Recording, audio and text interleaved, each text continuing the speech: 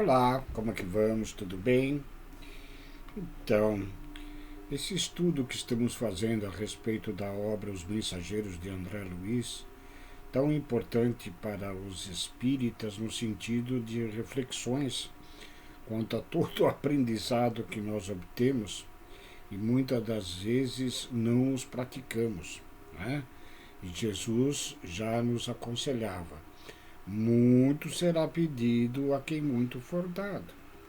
Esta obra trata exatamente de informações que André Luiz recolhe no plano espiritual, principalmente nesta primeira parte da obra, no que diz respeito aos médiuns, aos orientadores, de uma forma geral, né? Mas que valem a todos nós espíritas, trabalhadores ou não, frequentadores das casas espíritas, onde obtemos os esclarecimentos necessários da vida espiritual, ok? Nós vimos no vídeo anterior a queda de Otávio, onde ele, com o propósito de um trabalho sério aqui na Terra, no campo da mediunidade, e acabou falhando, descumprindo o seu compromisso. Tá? Vejamos agora, no capítulo 8º, o desastre de Acilino. Né? É um outro relato que André Luiz nos traz para as nossas reflexões, ok? Então, vejamos o seguinte, o relato que diz. Após aquele relato de Otávio, André diz que ia se dirigir a Otávio novamente, quando alguém se aproximou e falou ao ex-médio com voz forte. Não chore, meu caro, você não está desamparado. Além disso, pode contar com o devotamento materno. Vivo eu em piores condições, mas não me faltam esperanças. Sem dúvida, estamos em bancarrota espiritual. No entanto, é razoável aguardarmos confiante novo empréstimos e oportunidades do tesouro divino, que não está pobre. Vimos no relato sobre a queda de Otávio, né, que Otávio, nas sucessivas falhas nas suas tarefas, né, o plano espiritual nunca deixou de mandar avisos e fazer com que ele voltasse aos seus compromissos. Né? Nunca o plano espiritual, os nossos mentores, os nossos amigos, nos deixam sozinhos. Nós é que nos afastamos deles, ok? Voltei-me surpreendido, diz André, e não reconheci o recém-chegado. Dona Isaura fez o obséquio das apresentações. Estávamos diante de Acelino, que partilhava da mesma experiência. Fitando-o triste, Otávio sorriu e advertiu. Eu sei, não sou um criminoso para o mundo, mas sou um falido para Deus e para o nosso lar. Sejamos, porém, lógicos, revida Acelino, parecendo um pouco mais encorajado.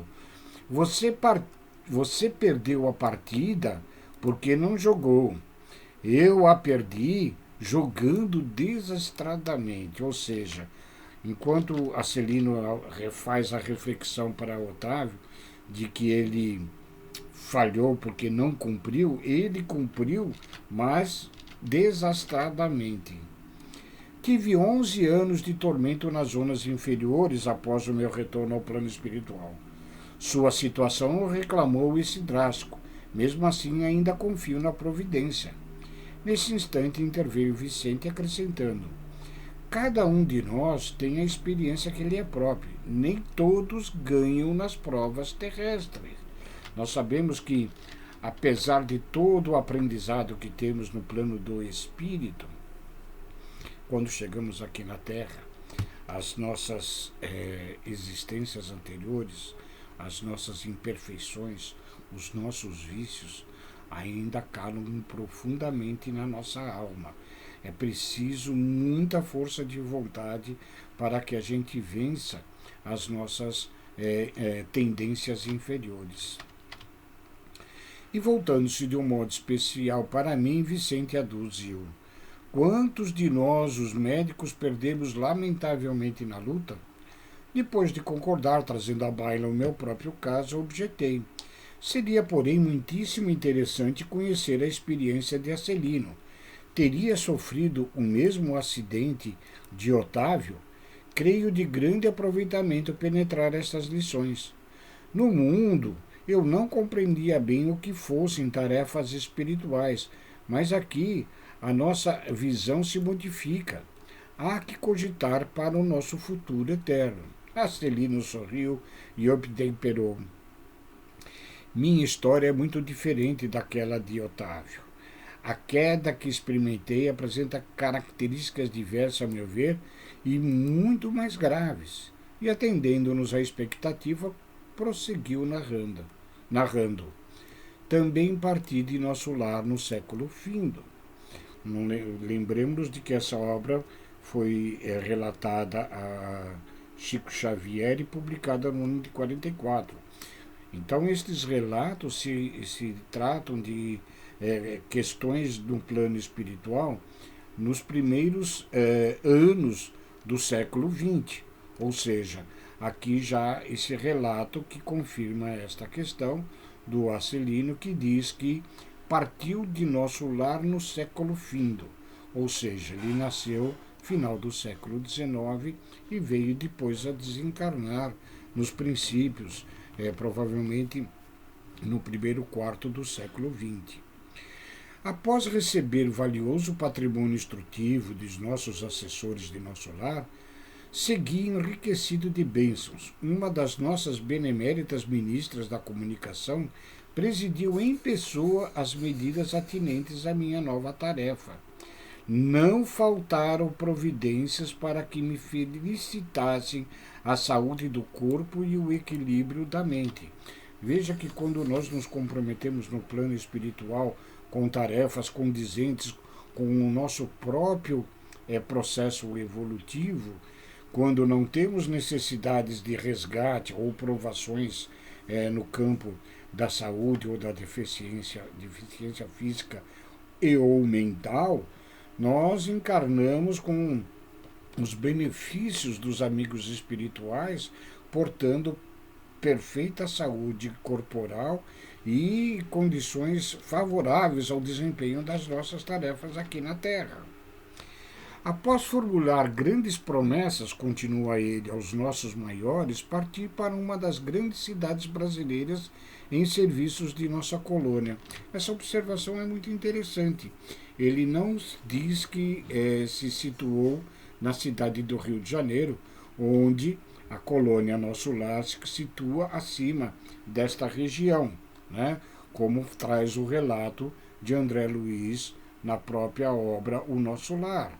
Aqui ele, embora preparado nesta colônia, ele se dirige a uma das grandes cidades do nosso país. Talvez, muito provavelmente, até aqui em São Paulo mesmo. O casamento estava no meu roteiro de realizações. Ruth, a minha devotada companheira, incumber-se-ia de colaborar comigo para melhor desempenho das tarefas. Cumprindo a primeira parte do programa, aos 20 anos de idade, eu fui chamado à tarefa mediúnica, recebendo enorme amparo de benfeitores invisíveis. Recordo ainda a sincera satisfação dos companheiros do grupo doutrinário. A vidência, a audição e a psicografia que o Senhor me concedera por misericórdia constituíram decisivos fatores de êxito às nossas atividades. Ou seja, ele veio preparado para um trabalho específico com as condições necessárias para tanto.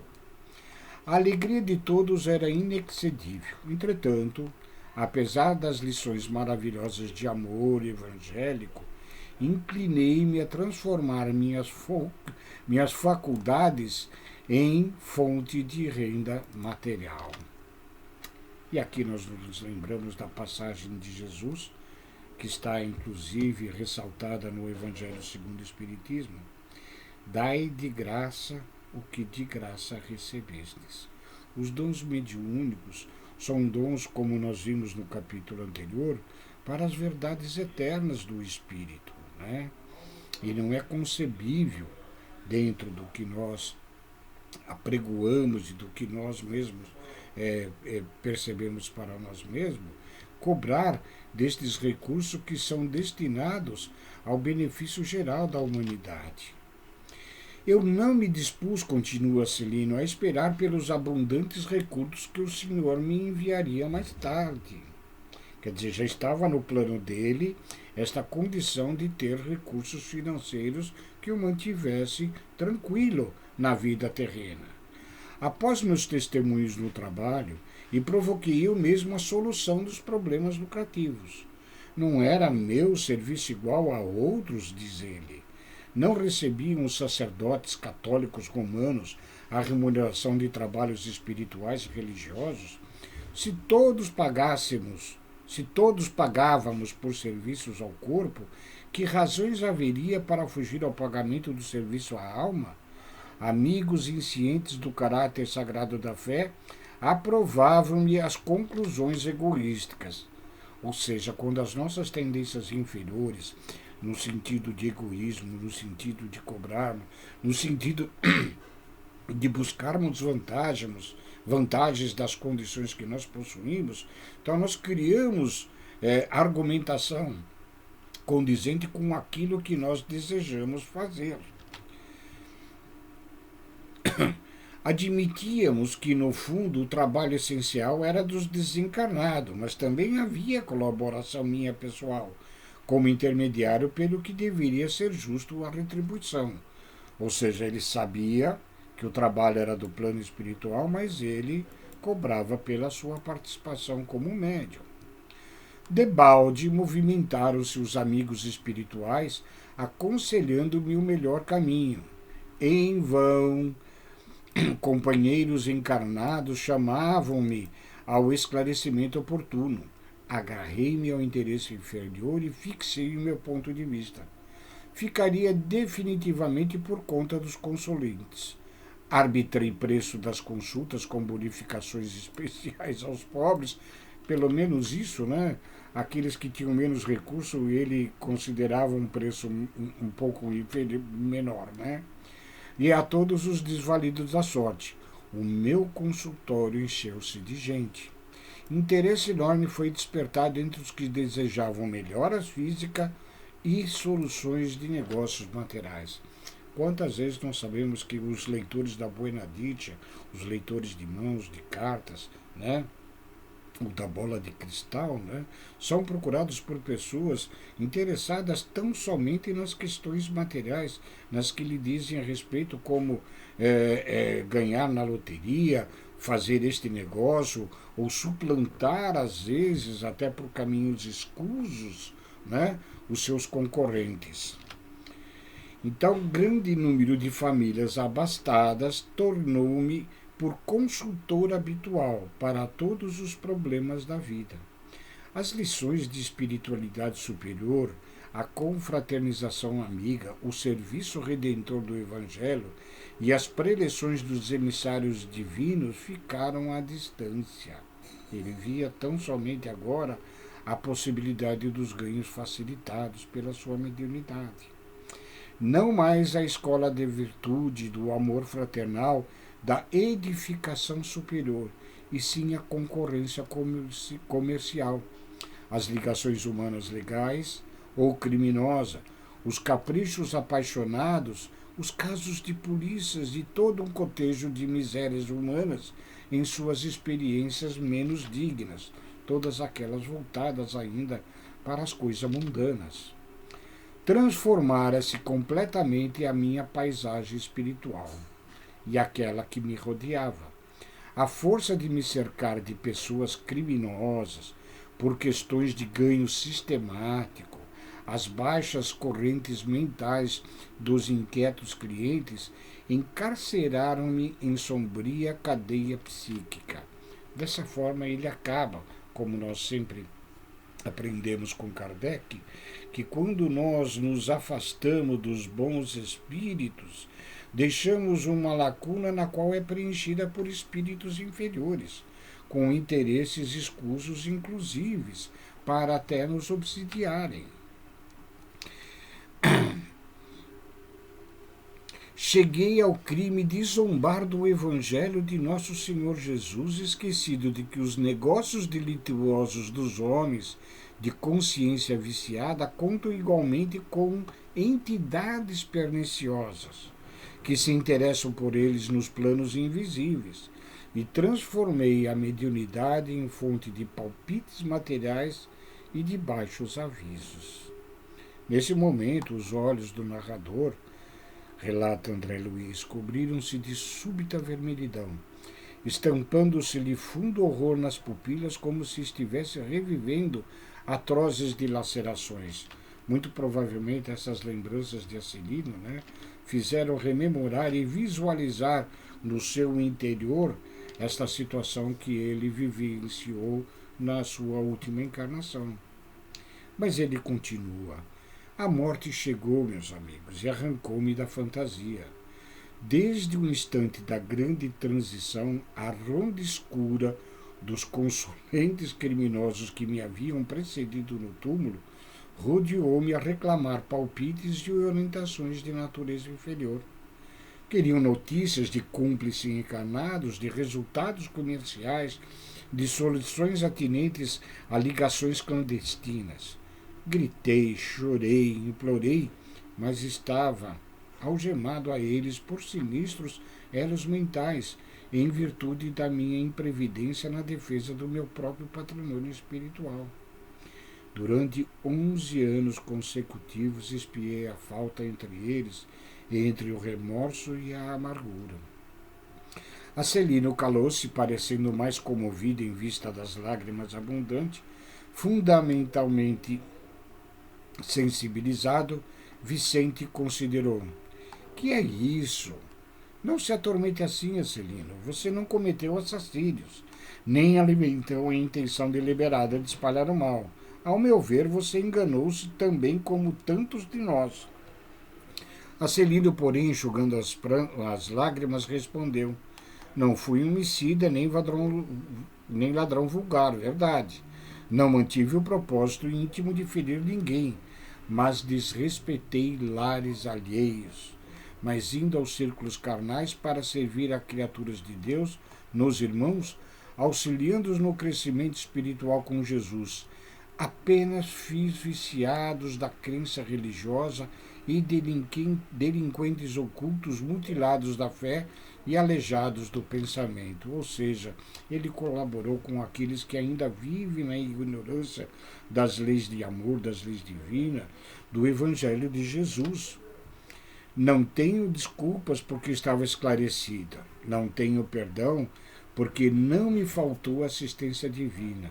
E depois de longa pausa, concluiu gravemente: podem avaliar aí a extensão da minha culpa? E é isto, meus queridos. Como esta obra, ao relatarmos no início deste vídeo, ela toda se reveste de reflexões para a nossa existência aqui na Terra, a todos nós que já temos diversos esclarecimentos do plano espiritual, inclusive no campo da mediunidade. Estejamos, pois, atentos às nossas atitudes. E sigamos ainda no estudo desta obra, que no próximo capítulo, no capítulo 9, estaremos ouvindo impressões, as diversas que André Luiz nos relata neste livro. Fique com Deus, muito obrigado e um beijo a todos.